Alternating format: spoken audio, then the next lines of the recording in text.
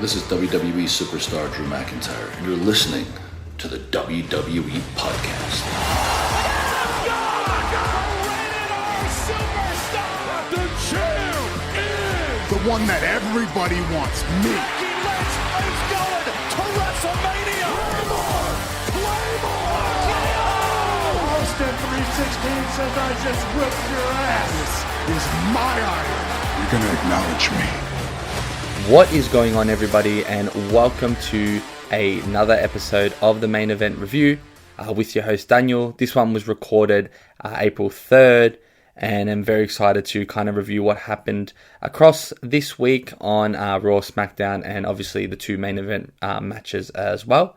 A quite entertaining one in terms of the landscape of WrestleMania, but still nothing set in stone for, I guess, matches that occurred. And unfortunately, this week's main event review didn't have anything that was recorded on SmackDown last week.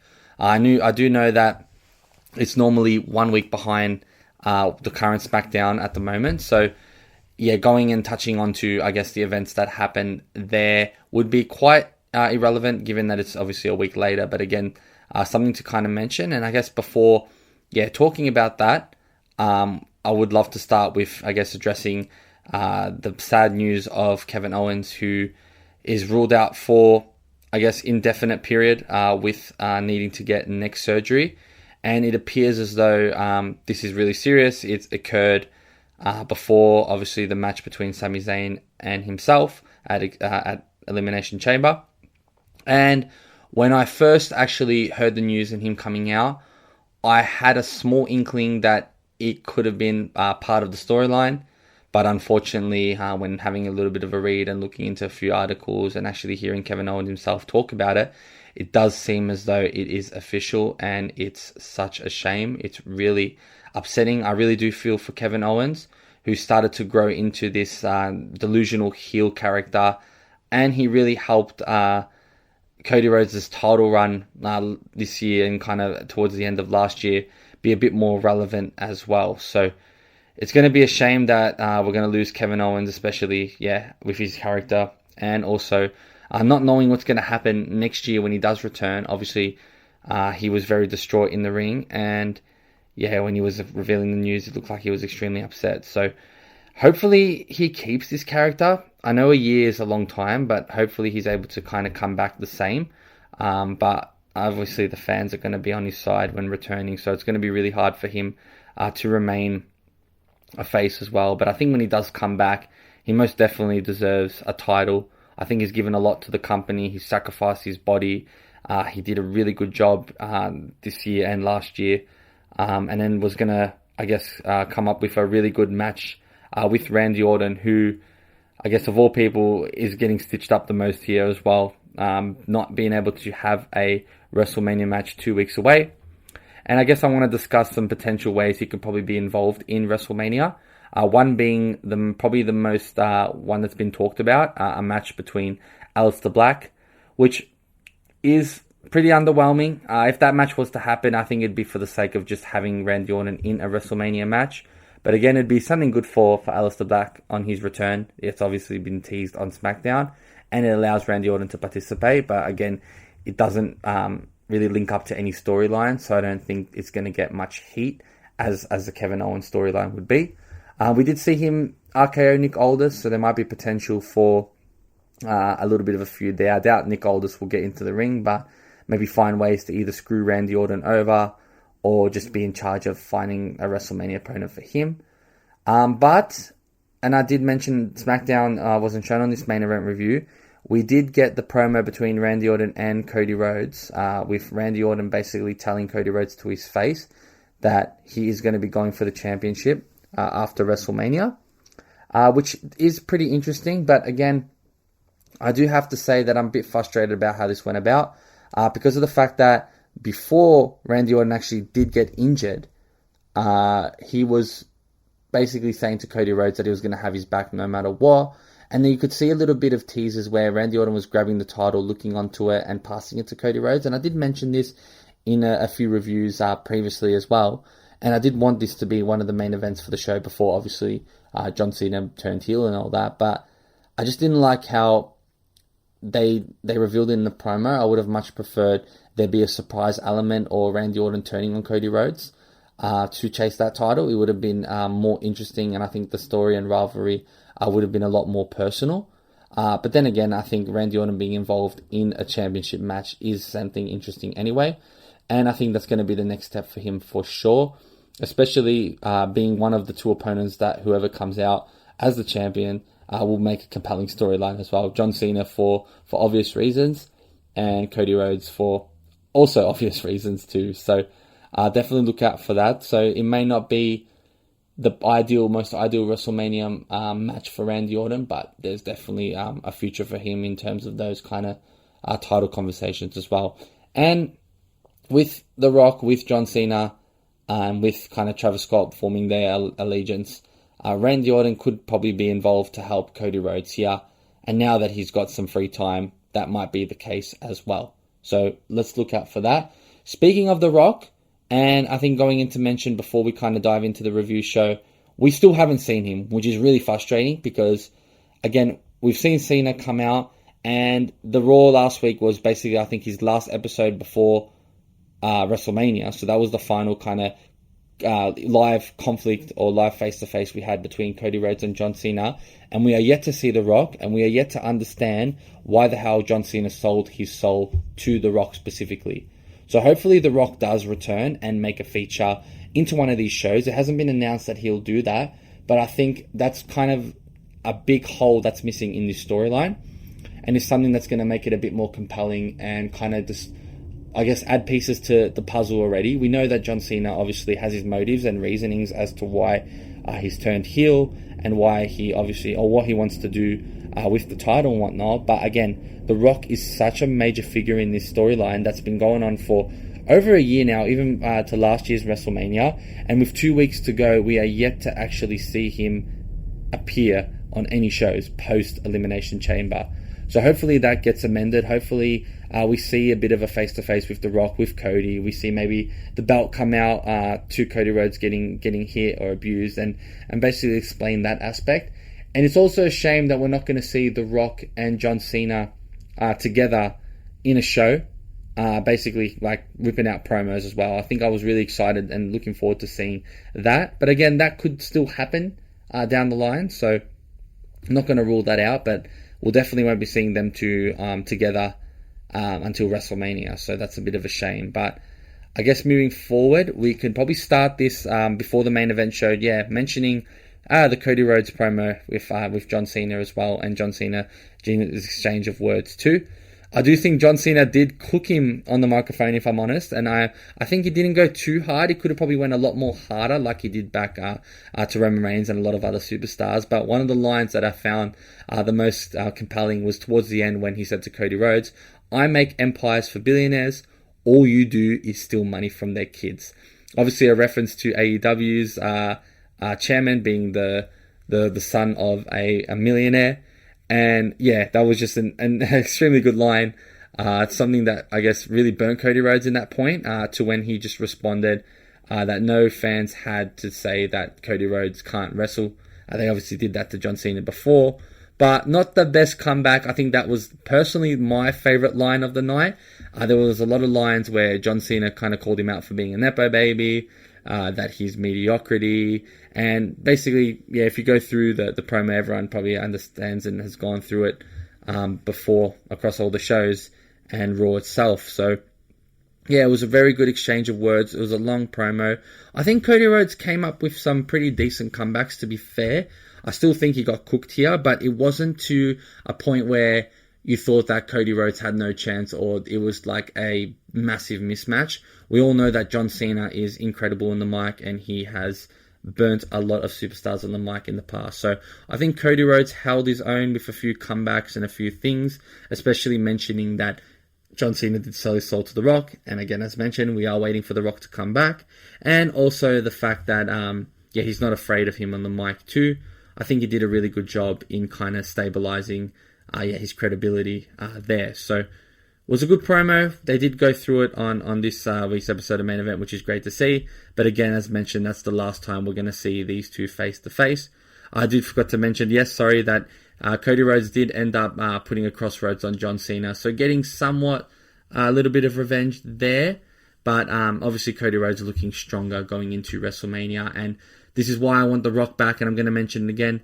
I want to see this kind of height go down a bit. I really want to see Cody Rhodes feeling like he's got no chance, or all of us feeling that the John Cena and The Rock are going to be too powerful come WrestleMania. But again, 2 more weeks of that, and yeah, we'll have to wait and see what happens there. We then get the first main event match of this week with Karrion Kross taking on Akira Tozawa. And the last time I've actually seen Karrion Kross battle in ring was, I'm pretty sure, against the White Six, who I'm not sure what the hell has happened to them. They've just disappeared off the face of the earth. I don't know what's going on, and I'm very concerned because there were some inklings and teasings that Alexa Bliss, and even where's she been? That's another question that I've got. Alexa Bliss was obviously backstage, and they had some White Six teasings. What's happening there? Could they potentially partner up? I'm not sure. Because, yeah, they haven't really mentioned anything with them. But again, this is about Karrion Kross. Karrion Kross making his first live match on televised air for a while. We've obviously seen him kind of try to get the dark side between all characters, which he's done a really good job at. Especially now, most recently with AJ Styles, with Sami Zayn beforehand, and being a key contributor to turning Woods and Kofi heel. But again, I feel like Karrion Kross hasn't been getting the opportunities he deserves. He does look the part as a wrestler. He's extremely incredible on the mic, and I feel like he does deserve a major push this year. So hopefully that does happen. He then goes on against, the Alpha Babes of Akira Tozawa, who just seem to be making an appearance every week on the show. However, no Otis. Otis didn't end up making the trip to London, unfortunately, so we didn't get to see Otis there supporting Akira Tozawa, but we did see Maxine Dupree. And just going on about Maxine Dupree, I did mention a few weeks back that Natalya didn't want to work with her, or was basically wanting to seek higher opportunities, but it seems as though Natalya has put her ego down, and it seems as though that they're going to be working together. And Nick Aldis did mention on last week's episode of SmackDown, the latest episode, that there's going to be kind of a qualifying tournament to determine the opponent for those women's tag team championships against Liv Morgan and Raquel Rodriguez of the Judgment Day at WrestleMania. So I'm pretty certain that from the conversations we had in Raw, basically Maxine Dupree talking about teaming up with Natalya, they're going to be involved in that gauntlet match, or in that qualifying match, sorry. And just as I mentioned before, maybe we might see Nikki Cross and Alexa Bliss together in that qualification as well. So I like it. I'm glad that Natalya decided that she wanted to team up with Maxine Dupree. I feel like she can teach Maxine a lot of things, and it also opens up the women's tag team division, which is in much need of women's tag teams. So hopefully that is the case. And then, mentioning that we haven't seen Alexa Bliss and the White Six for a while. Hopefully they get involved too. But anyways, I digress. We go into the match. Karrion Kross getting the victory here. Akira Tozawa looking like he's having all the momentum. And then one elbow and the final prayer gives Karrion Kross the victory. So in my eyes, that is a big push and probably some good momentum for him to continue on. There doesn't look like there's going to be a match for him at WrestleMania, but I really do think he much deserves a push into some compelling storylines. Obviously, the Authors of Pain and Paul Ellering are not there anymore, so his faction group is gone. Now he can really focus on himself as a single superstar and potentially, have some feuds that are worthwhile. And I think he's able to challenge anyone on the mic as well. He's shown that. So hopefully this match kind of leads into that. And again, with Akira Tozawa, remains just to be a jobber on Main Event, which is no surprise. A bit of a shame for him, but I guess he's getting a contract with WWE. So who is he to complain, and who am I to complain about that as well? We then move forward to Gunther taking on Jimmy Uso. And the only thing that's been good about this feud is Jimmy Uso coming in to save Jey Uso, who honestly has kind of fallen off a cliff in terms of heat and motivation here. This storyline is very concerning, and I'm really concerned about it. The fact that they needed to get Jimmy Uso to be involved, slapping Gunther to get a bit of virality, just shows how far off Jey Uso is at the moment. And yes, you can see that they're making it as if Jey Uso is the underdog and him botching moves and whatnot, but I do genuinely think out of the storyline, this moment is getting to him big time, because you can just see that he's not himself. He hasn't been able to make this storyline compelling or interesting. Jimmy Uso has, and he's not even involved in the match. And for someone that is seen as like the less successful twin brother, or the one that's in the shadow of Jey Uso, is definitely showing that he can be a pretty good single star in his own right. He's a lot better on the mic than Jey Uso. I'm sure people have picked up on that, and he's been a lot more compelling here. Gunther getting the victory, and then also attacking him after, and then Jey Uso coming out of the ring. So going back to the storyline, Jey Uso came into the ring, tried to, attack Gunther. Gunther ran out and then hit Jimmy from behind, putting Jey in handcuffs, and basically was smashing Jimmy Uso across the head with the belt, and basically torturing him in front of Jey Uso. And Gunther did a really, really good job here, and Jimmy Uso did a really, really good job here in selling this, but the one person that didn't do a good job in selling it was Jey Uso. And it just didn't seem like he had that emotion, that raw emotion that made you feel sorry for him. I did say that I wanted to see something like this happen, and I'm glad it did, because it obviously created a bit more emotional turmoil. But Jey Uso didn't sell it for me. It didn't feel like he actually cared. And it's just such a shame, because as mentioned, I think everyone else is doing their part really well, except for Jey Uso. And I may be being a little bit critical, but I have to call it out. I really do love Jey Uso. I love that he won the Royal Rumble. I love that it was a bit of an underdog story. It was a feel-good moment. I love the Yeet movement. I love him in ring, despite him doing a bit of botches and him doing the same super kick moves on a regular basis. I do like his flow of matches, jumping into the crowd every time he performs a move. They obviously chant Yeet. But this storyline has really put him down a few notches. And I did mention that Gunther, I think, has to win this match. And if Jey Uso wins it, I think people are going to be really disappointed, and they're going to really turn on Jey Uso here. I think now he doesn't deserve it. And before, I would have said, okay, he could wait another year, have a redemption story, and come back and win it next year. Because I didn't think Gunther deserved to lose two underdog matches, or two underdog WrestleMania matches, and drop a long run of titles, or the Intercontinental last year, and now the World Heavyweight Champion this year, like twice in a row. But if Jey Uso loses, what's going to happen with him now? Because I think he's really losing his momentum in this storyline. So I don't know what WWE is going to do here. They're in a bit of a pickle. I still would book Gunther to win this match, but I think regardless of what happens, it's going to be a big detriment to Jey Uso. So maybe they decide to give him the title so he can get that kind of hype back, but I don't think the way he's hyped this match warrants that, if I'm being honest, and if I'm going to be very critical of it. So yeah, we'll have to wait and see. But yeah, not something that I'm very excited about. They've got 2 weeks to kind of change my mind. But again, Jey Uso, I think, needs to be the one to make this a lot better. They're going to go face-to-face on Netflix, on Raw, so let's see how that goes. We then get the second main event match with Lyra Valkyria against Zoe Stark. They both won a piece, so this is the rubber match on main event. Lyra Valkyria obviously getting the victory here with the Nightwing. That will give her, I guess, momentum into the match with Bayley, who I suspect that Lyra Valkyria will win that match against Bayley. It seems as though they're going to be teaming up against Raquel Rodriguez and Liv Morgan, and probably be in that qualifying match. For me, they're probably the favorites to go into that match at WrestleMania.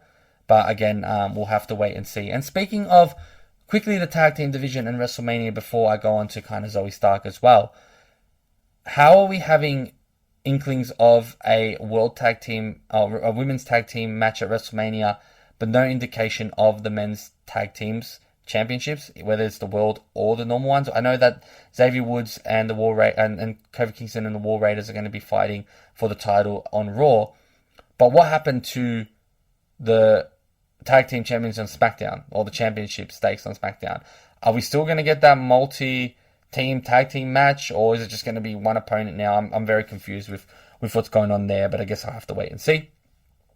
So yeah, Lyra Valkyria getting the victory here. And as for Zoe Stark, maybe again with Shayna Baszler gets involved in the women's tag team championship qualifying as well, because I don't see what else they're going to really do with them. Lyra Valkyria or Chelsea Green don't look to be either defending their titles either at WrestleMania as well. So again, 2 weeks to rectify that. I know there's so many matches already and there's not enough to book, I guess, every match, but I still think, what's the point of bringing out minor titles or mid-card titles for women and not debut them on WrestleMania? It'll be their first time they like defending the titles or like having championship matches of those on this card since being released. So yeah, don't really know what's going to happen with those. They haven't shown the storyline. Maybe there'll be something with Bayley tomorrow, but I don't know. Like, I'm pretty lost with those title runs as well. So yeah, let's see. 2 more weeks and no news on that. But we get the final, I guess, closing out segment on Raw with the match between Rhea Ripley and Io Sky for the women's world champion, with Bianca Belair as the ref. As we know, this match got called off by Bianca Belair because of the fact that Io Sky and Rhea Ripley constantly were attacking her. Not on purpose, but enough for Bianca Belair to cancel the match and be upset. And we obviously knew this was going to happen. We're just waiting for this to be a triple threat match. And I gotta say, out of all the hype ups and storylines, I find this one probably the most interesting. And generally, I do think it warrants a main event night one. And the reason why I say this is because obviously in terms of star power, CM Punk, Roman Reigns and Seth Rollins thoroughly deserve to be on night one main event of night one of WrestleMania. But the fact of the matter is, the storyline and like the fight and like the stipulation for this match was extremely underwhelming. Whereas these women are unbelievable in the ring, probably the top 3 performers and wrestlers in their division. Io Sky being unbelievable in the ring, Rhea Ripley being incredible, Bianca Belair being incredible. The star power there is amazing. The storyline is amazing because you have feuds between Bianca Belair and Rhea Ripley. You see Io Sky getting involved and them not acknowledging her as the champion, pushing her away. And they're 3 incredible in-ring performers. I do think they kind of got stitched up for a night one main event show. But again, yeah, going back to CM Punk, Roman Reigns, Seth Rollins, in terms of star power, yes, but in terms of storyline, I don't think it warrants it because, yeah, we heard about The Favor, and The Favor was underwhelming, and it just doesn't really have a strong storyline where you think, okay, what's going to happen if one of these superstars win? Who's going to turn heel? It's just putting them 3 in a match for the sake of it, in my opinion. But again, yeah, something interesting there. We don't even get we didn't even see much feud between Seth Rollins and Roman Reigns either the last week or so. So that's something to look out for, hopefully in the next 2 weeks that is mentioned as well.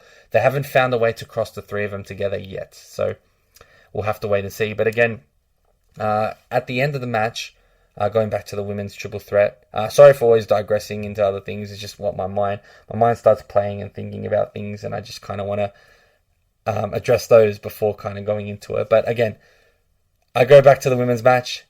The match gets cancelled, obviously, and we see Rhea Ripley attacking basically both of them, both superstars, Bianca Belair and Rhea Ripley fighting at the bottom.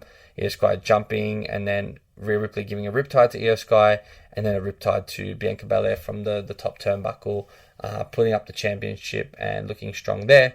Basically saying that she's going to be in the triple threat match, as mentioned before, and that's probably going to be most likely confirmed on Raw's episode, the next one coming up. So again, that's been another main event review.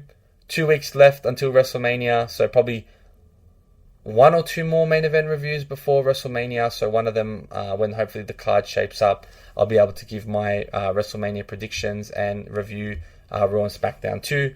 Again, with main event, it's really hard to review just the 2 matches because obviously there's no storyline attached, but try my best to kind of see where I predict these superstars will go from their results on Main Event, and hopefully I've been doing a good job at that for those that are interested in kind of the superstars that are fighting and being a part of that show too. So again, it's been your boy Daniel. Thank you so much for tuning in, and we'll catch you guys on the next one. Cheers.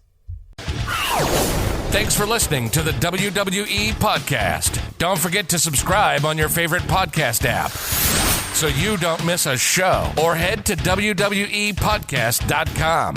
And for all of these shows ad-free, head over to patreon.com/WWE Podcast. Until then, we'll see you next time.